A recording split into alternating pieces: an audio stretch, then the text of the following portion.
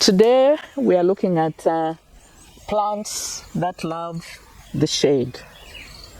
In whatever we do as regards to planting or gardening, we must try as much as possible to plant things as if they were in their natural environment, which is the wild. So here, this island has a lot of different plants which thrive in shaded areas. We must be mindful that if a plant grows in their natural environment, if they grow in a shaded area, they will not do well if you put them in full sun. They'll actually wither. We have here a variety of plants. We've got the phyllos, we've got syngonium. If you put all these in full sun, they will not do well. They'll always be thirsty, wanting more water, and yet not doing well. We also have clivias. The clivias, I think their natural environment is in South Africa. I think that's where they originally came from, and they love the shade. Unfortunately, they are not in flower, but they come in different colors. They have yellow, they have orange, they've got pale yellow, all different colors, and I think they are producing some more through the hybridization. I also have this plant. I don't know the name. If someone knows the name, I would be happy if they can help me out. This is a plant that I bought from a friend of mine. She also didn't know the name. This is a calathea, and some people refer to it as the praying plant. It closes its leaves. And a lot of what is here is anthuriums. We've got the giant anthuriums. Those are the ones with the pink flowers. We also have the peace lily. The peace lily, that's the one over there. Again, as you can see, that the plants could do with a bit of water, but unfortunately, we have the drought, and it's very difficult for me to water everything. My garden is quite big. I'm not boasting, but that is the reality. It's quite big, and I can't water everything when they're supposed to be watered. So what I do is, because these are shade-loving plants, they need less water than the ones that are planted in full sun.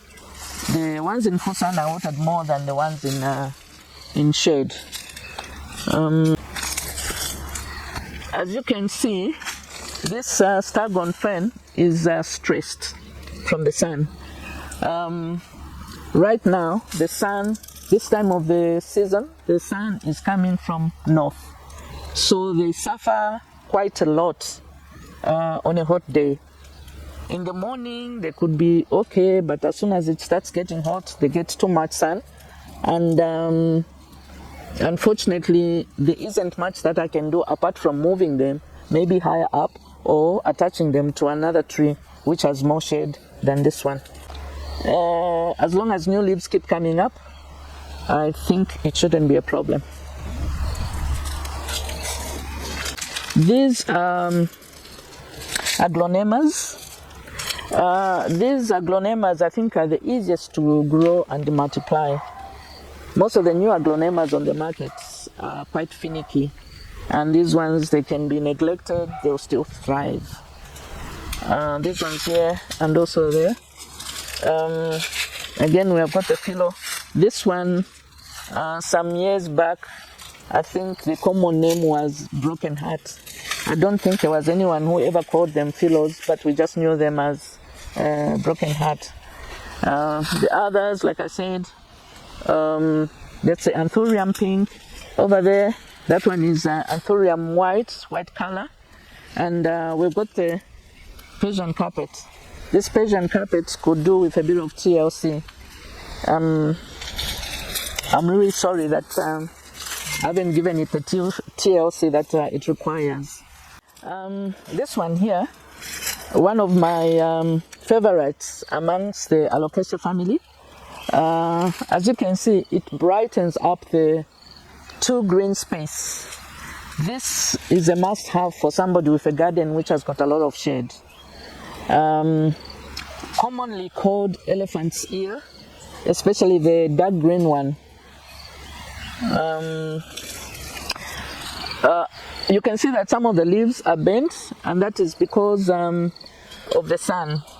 There are times when the sun is just too harsh and their leaves are not as hardy as those ones of the common alocasia, the green one, the dark green one. So it suffers a bit, and you're going to enjoy it more if it's under the shade.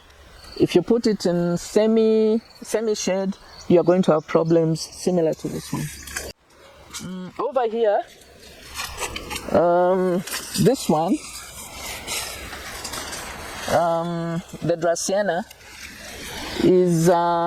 enjoys semi-shade. So you can see it's turning all green because it's receiving too much shade. It was left here with a view of being moved to a location where it will enjoy a bit of sun. But unfortunately, the mother has forgotten all about it. I've got this driftwood where I'm trying to attach bromeliads on the driftwood. First, I have put sphagnum moss before I start attaching the bromeliads. This is a work in progress. It's unfinished, and someday I'll get back to doing it. This little space here was originally meant to be a kitchen for the braai area, but I had accumulated so many plants that needed shade that I simply didn't have that much space. So I just annexed it and put my plants, and that was the end of the kitchen. Here there are a lot of plants, a variety of plants. I've got the phyllos, I've got the alocasia, there's even a bromeliad, and Hoya. This is Thai sunrise.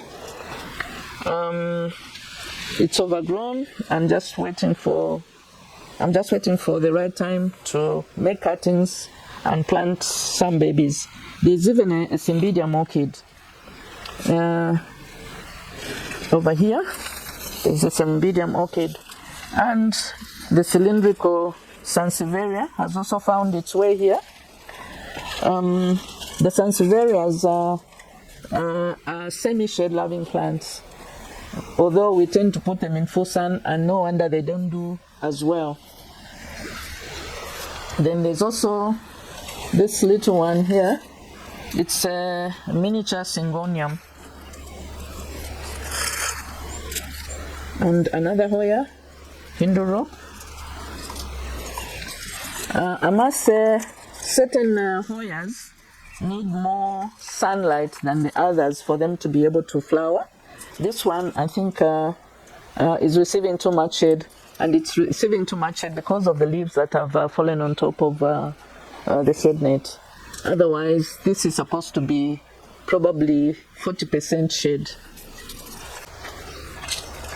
Again, the Sansevierias, they look very hardy, and we tend to think that they can survive in full sun. Survive they will because they are mostly succulents, but for them to do well, they need to be in semi-shade. This bit here, I learned the hard way. When I bought these, I put them in full sun and I lost quite a bit. Now that they are in semi-shade, they are very, very happy, and they started reproducing.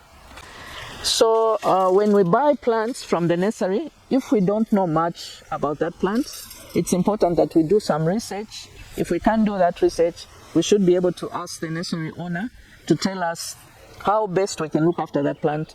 What are its needs? Does it require full shade, or is it semi-shade? How much watering does it require?